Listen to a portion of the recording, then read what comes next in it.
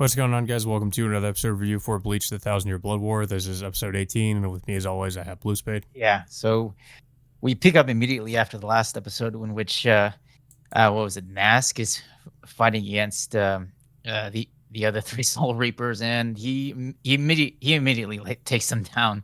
Um, well, mostly due to the fact that he's getting help from this little guy called James. Yeah, James is I kind of like this Mask's whole theme, I guess, that he's sort of like a wrestler, and James, I guess, is like the guy in his corner, so to speak.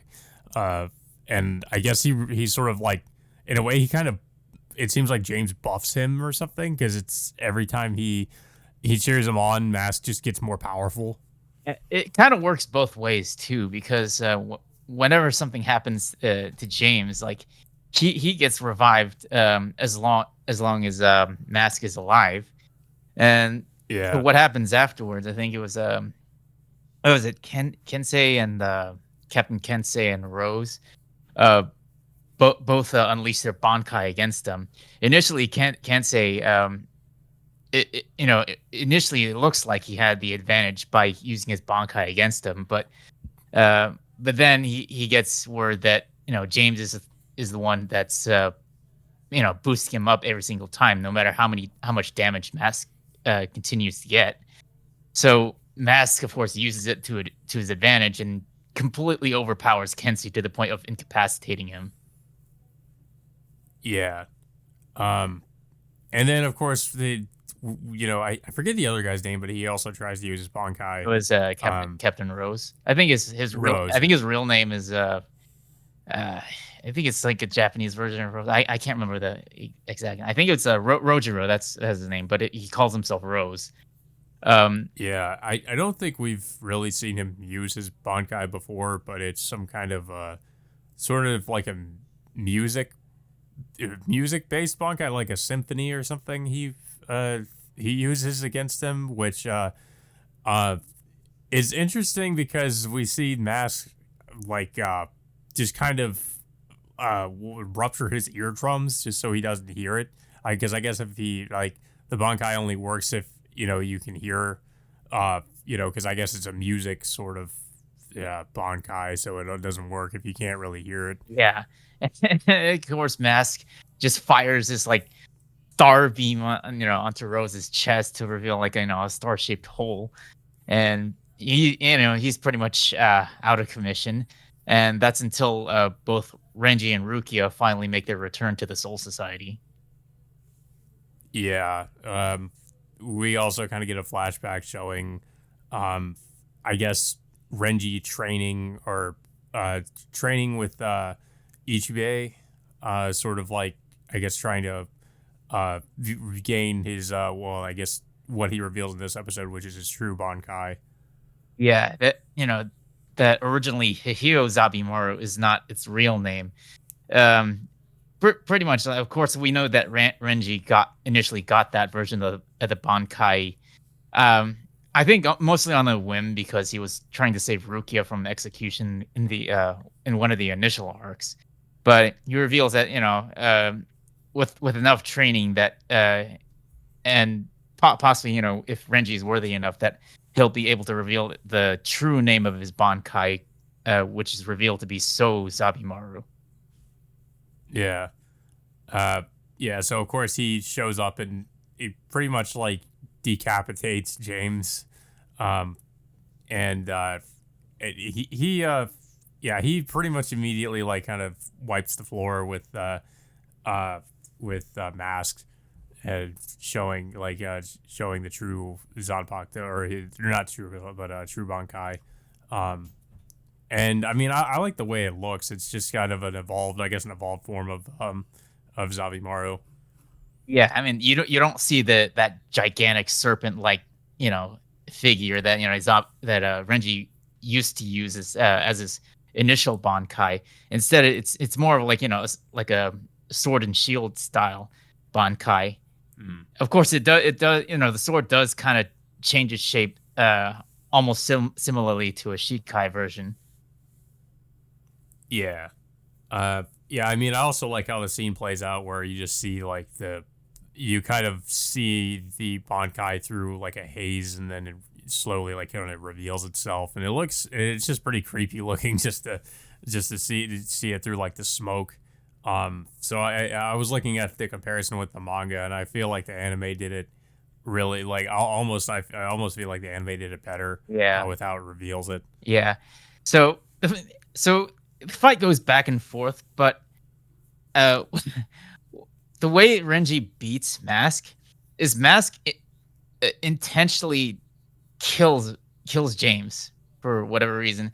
I mean, Mhm. well, he blurts out the fact that, that regardless of what happens to James, he can like instantly revive him as long as he's alive.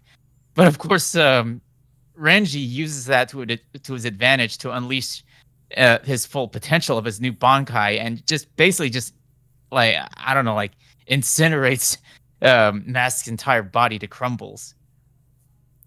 Yeah, yeah. He pretty much just like you said, he just gets burnt to a crisp. Um, I almost expected, just considering how powerful Mask has showed himself to be, that he would come back after this. But yeah, he's pretty much dead. But I also didn't expect Mask to be so powerful, especially after what we've seen of his character so far. So it was kind of surprising to see how formidable he was, especially like what his abilities are. Yeah, but of course his pride and his overconfidence was mostly his undoing in this episode. So it's why he Yeah. lost. So yeah, but like earlier, of course, we do see Ruki again. Of course, we mostly see her just recovering both Kensei and Rose's body to be brought back to the Squad 4 barracks to be healed. So that's pretty much all we see of her for now. Of course, there is a post-credit scene after this episode in which we see Uryu meeting up with Yuhaba again.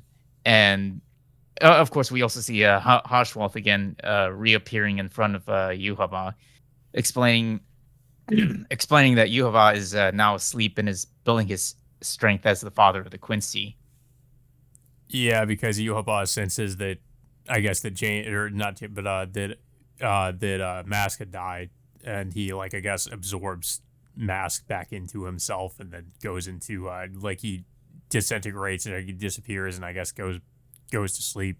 Yeah, Um, and uh, yeah. Well, of course we kind of end with a bit of a cliffhanger because um, Hashwald has this conversation with Uryu where he tells Uryu that uh something like there is secrets about Yawak that even his grandfather Ahsoka Nishida didn't know about.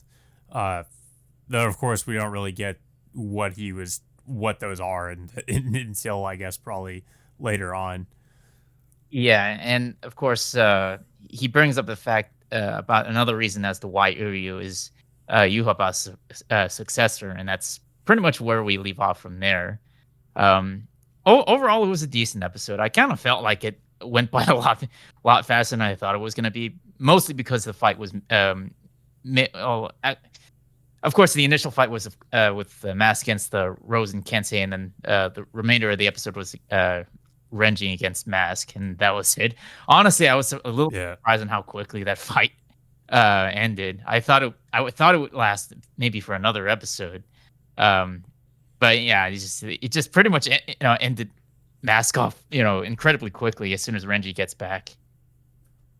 Yeah, I mean, especially if you compare it to the fights in the original anime, where it felt like there are definitely fights in the original series where it felt like they dragged on for like a few episodes, and I feel like that had to do with mostly just the pacing of the sort of like slow pacing at times. Because after from what I've read in the manga, like the fights aren't necessarily like that. So I feel like it's mostly just the sort of the pacing, but here it feels like of course the manga's already finished, so it feels like they've got the pacing down pretty well in this Yeah. so far. Um, but yeah, I thought it was a pretty good episode, especially with the reveal of Renji's true Bankai. Uh, I think we're also going to get that with some of the other characters as well, that might also attain their true Bankai. Yeah. It's So I guess it'll be interesting to see I guess the technically like the evolved form of their Bankai. Yeah. Another thing to point out is that what was it? The 12th Division have been getting reports of what happened to some of the other captains and lieutenants. They point out that Toshiro's spiritual pressure has disappeared, and they don't know the status of Rangiku because she was incapacitated. I think during the fight against Bosby, or was it Kangdu? I think it was Kangdu. I think it was. I want to say it was Basby because Camdu like showed up later, so I'm not exactly sure, but it might be Yeah. Camdu. And then Kenpachi is not responding to any of their calls. Of course, we know that the last time we saw him, he was training to unlock his Shikai, or unless if he's training for his Bankai, we just don't know yet. And then, of course, another thing to point out that this is the first episode ever since this new season started that we don't get to see Ichigo in this entire episode. Yeah, I really do hope in the next episode, or maybe the one after that, at least that Ichigo, gets more screen time again, because he's been pretty much just for most of this part of Thousand Year Blood War, he's just been sort of walking that path. And the last we saw him, of course, he was in I forget what the character's name was, but he got to the end of the path, and now he's in I guess the next area where he's supposedly going to be going through some more training.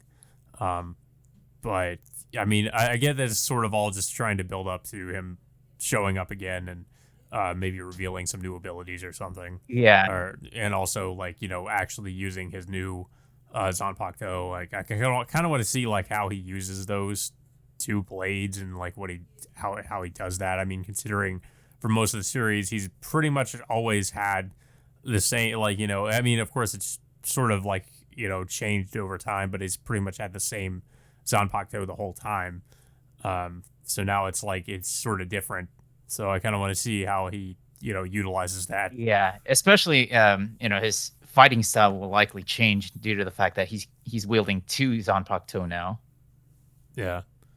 But yeah, I don't really have too much else to say about the episode. I don't know if you have anything else to say about it. It went by pretty quickly, to be honest. I was also surprised in how quickly Mask also went down in this episode. Although I kind of do sort of feel the same with Bambietta in the last episode. So it's a little bit surprising that that one by one each of the Stern Ritters are going down. Literally as soon as this new core started. Yeah, I mean, it was, if you remember too, with the original series, going back to that as well. I mean, when you think about this in comparison to the Espada and the Arankar, the Espada, well, I mean, there were some of them that I feel like they went down in an episode or two, but the major ones, you could tell how formidable they were, because it took quite a while to kill them. I mean, Grimjow, for instance, of course he's not dead, but Grimjow, that conflict was built up over multiple episodes, and he didn't go down easily at all. Ukiura, I think, is a prime example as well. It took everything for Ichigo to bring him down. So I mean, there'll probably be, I'm assuming there'll probably be some Stern Ritter that are like that will probably take a long time to even defeat.